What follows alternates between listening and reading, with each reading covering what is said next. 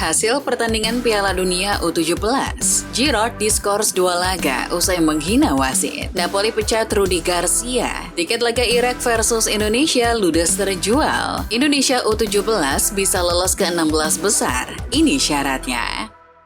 Halo football lovers, kembali lagi di Starting 11 News. Seperti biasa, kami akan terus menyajikan informasi seputar dunia sepak bola spesial untuk Anda.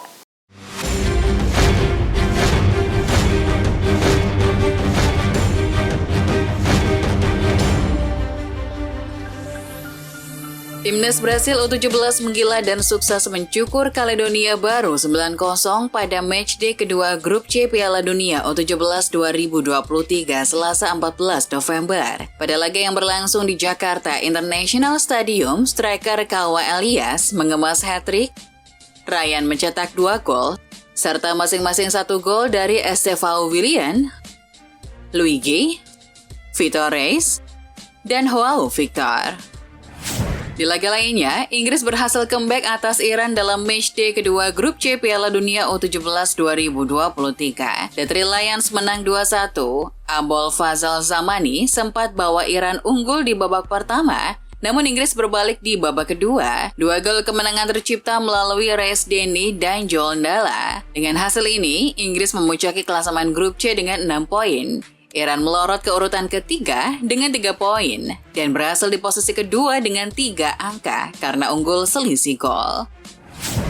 Timnas U17 Senegal sukses membungkam Polandia 4-1 dalam matchday kedua Piala Dunia U17 2023 di Stadion Sijalak Harupat Selasa 14 November. 3 poin diraih Senegal berkat hat-trick Idrissa Gueye dan 1 gol bunuh diri pemain lawan. Polandia hanya bisa memperkecil skor melalui Marcel Regula. Jepang harus mengakui keunggulan Argentina dengan skor 1-3. 3 gol tim Tenggu dicetak oleh wonderkid Echeverri, Acuna, dan Roberto. Jepang sendiri hanya mampu membuat sebiji gol melalui Rento Takaoka. Di grup D ini, Senegal masih memimpin klasemen dengan 6 poin, diikuti Argentina dan Jepang di posisi kedua dan ketiga. Di sela jeda internasional, pemain Liverpool Luis Diaz pulang ke Kolombia untuk menemui ayahnya yang baru saja dibebaskan dari penculikan. Suasana haru pun menyelimuti pertemuan tersebut. Pertemuan itu diabadikan oleh Federasi Sepak Bola Kolombia dan disebarkan di media sosial pada Selasa 14 November malam WIB. Dalam unggahan foto itu tertulis keterangan, ini adalah pertemuan menyenangkan antara Luco dengan sang ayah dan keluarga.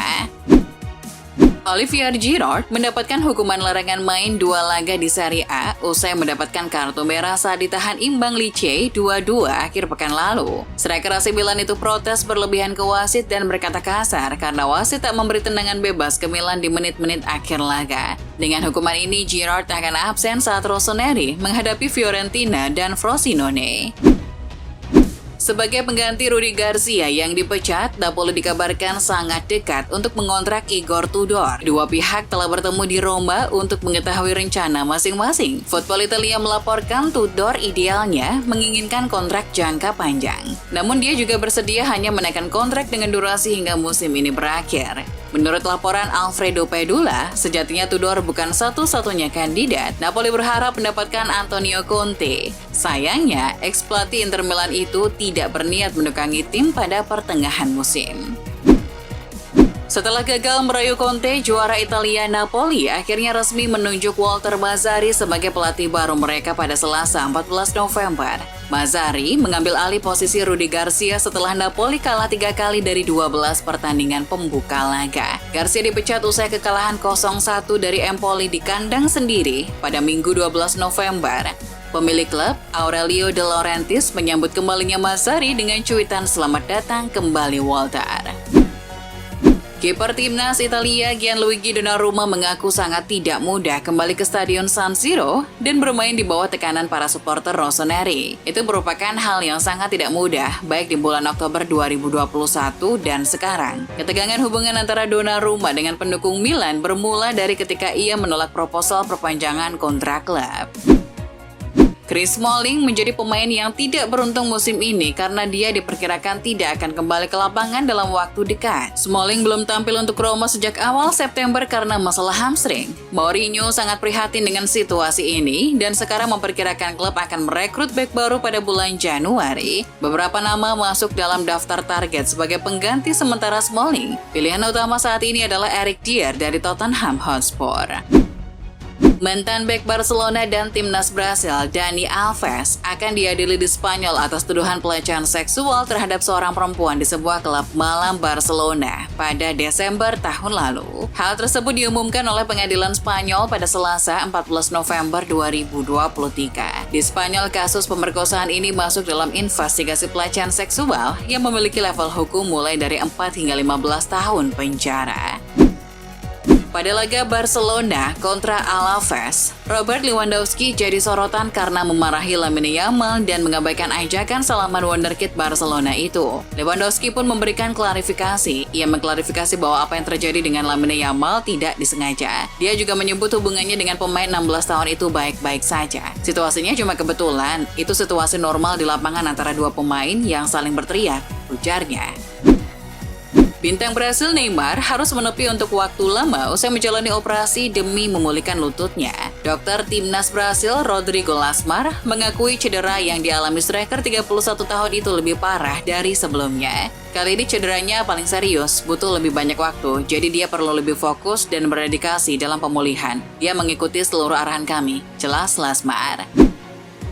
Casemiro diketahui masuk dalam radar Liga Pro Arab Saudi yang memandang pemain Brasil itu sebagai nama besar yang bisa mereka dapatkan di bursa transfer Januari. MU tidak sengaja serius ingin melepas Casemiro, tetapi jika kesepakatan untuk mendapatkan kembali uang yang mereka bayarkan dan memindahkan gaji besarnya tercapai, diyakini mereka akan terbuka untuk mencapai kesepakatan. Menurut jurnalis Jacobs, Casemiro pada akhirnya bisa meninggalkan United, tetapi pada akhir musim, bukan pada Januari. Dalam sebuah wawancara dengan TUDN, Alexis Sanchez mengatakan kepada media tentang keinginannya untuk bermain di Amerika Utara, terutama di kota di mana ia dapat menyempurnakan bahasa Inggrisnya. Melansir Gianluca Di Marzio, Sanchez menyatakan bahwa dia membayangkan masa depan di mana dia bermain sepak bola di Amerika Utara, khususnya di Meksiko, Los Angeles, atau Miami. Dengan keinginannya untuk tinggal di Miami, salah satunya, Sanchez bisa saja susul Messi dan ex-Barca lainnya. Presiden La Liga, Javier Tebas, secara terbuka mengakui bahwa Bellingham telah membawa dampak positif kepada popularitas Liga. Tebas sendiri pun mengakui bahwa tidak ada yang menduga bahwa Bellingham bisa langsung bermain sebagus sekarang untuk Los Blancos. Memang dia punya kualitas, tapi untuk ukuran pemain muda, Bellingham telah melampaui ekspektasi. Di Real Madrid, dia seperti berasal dari planet lain, ucap Tebas. Timnas Indonesia bakal mendapat tekanan sekitar 65.000 supporter lawan dalam laga melawan Irak di Stadion Internasional Basra pada kualifikasi Piala Dunia 2026. Fans Irak menunjukkan antusiasme yang tinggi jelang laga melawan Asnawi Mangku Alam dan kawan-kawan. Hal ini dibuktikan dengan habisnya tiket laga tersebut, padahal tiket yang dicetak mencapai 65.000 lembar. Laga ini akan dimainkan pada Kamis 16 November 2023 mendatang pukul 21.45 WIB.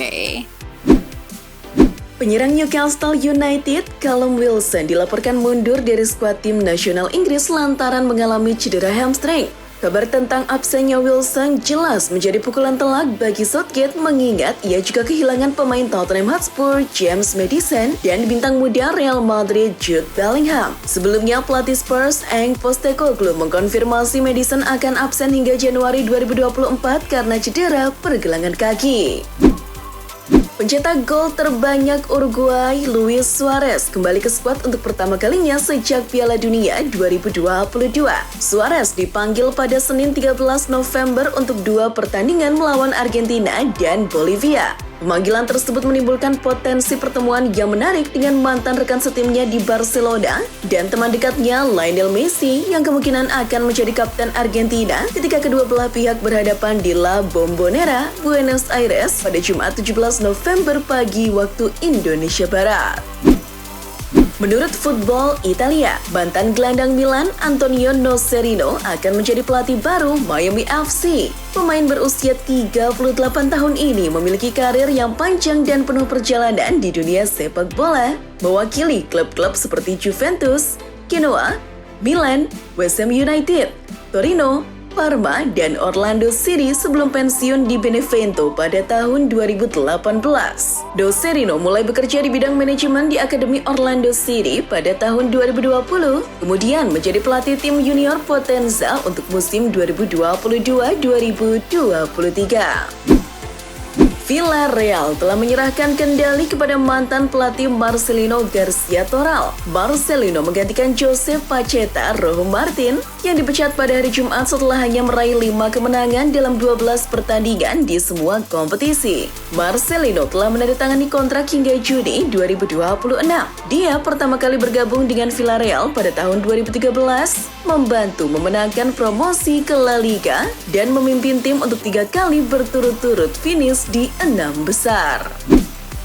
Presiden Bayern ingin pemainnya tetap di Jerman, sementara Madrid yakin bisa mengamankan tanda tangan sang pemain. Real Madrid ingin memperkuat bek kiri dengan merekrut pemain internasional Kanada, Alphonso Davies, dan Los Blancos yakin bisa mencapai kesepakatan dengan Bayern Munchen untuk transfer pada musim panas 2024.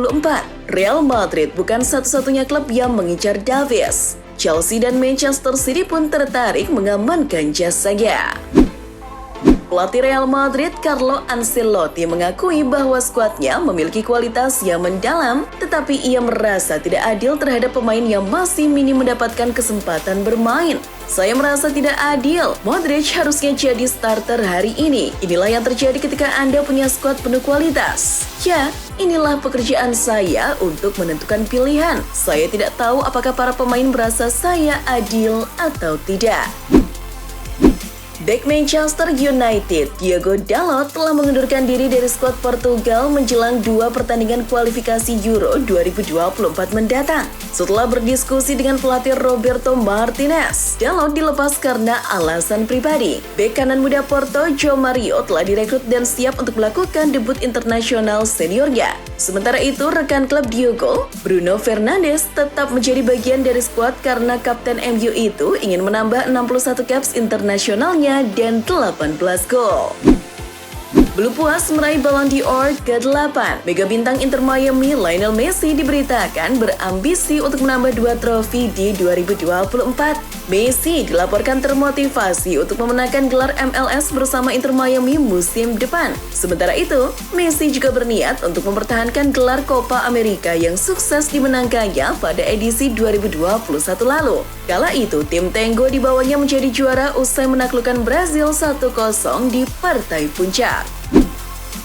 Bima Sakti memberi pembelaan untuk gelandang Ji Dabin yang dianggap bermain buruk saat timnas Indonesia U17 bermain imbang 1-1 melawan Panama. Oleh netizen, pemain 17 tahun itu disebut sering salah umpan dan merusak permainan lini tengah timnas Indonesia U17.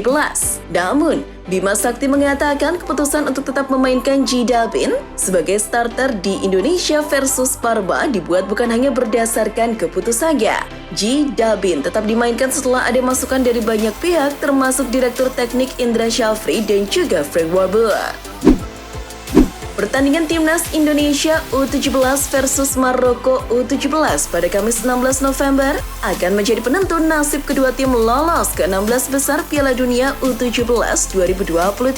Saat ini Maroko U17 berada di peringkat kedua klasemen sementara grup A dengan mengemas 3 poin. Menang atas Maroko menjadi harga mati bagi Indonesia jika ingin lolos ke 16 besar.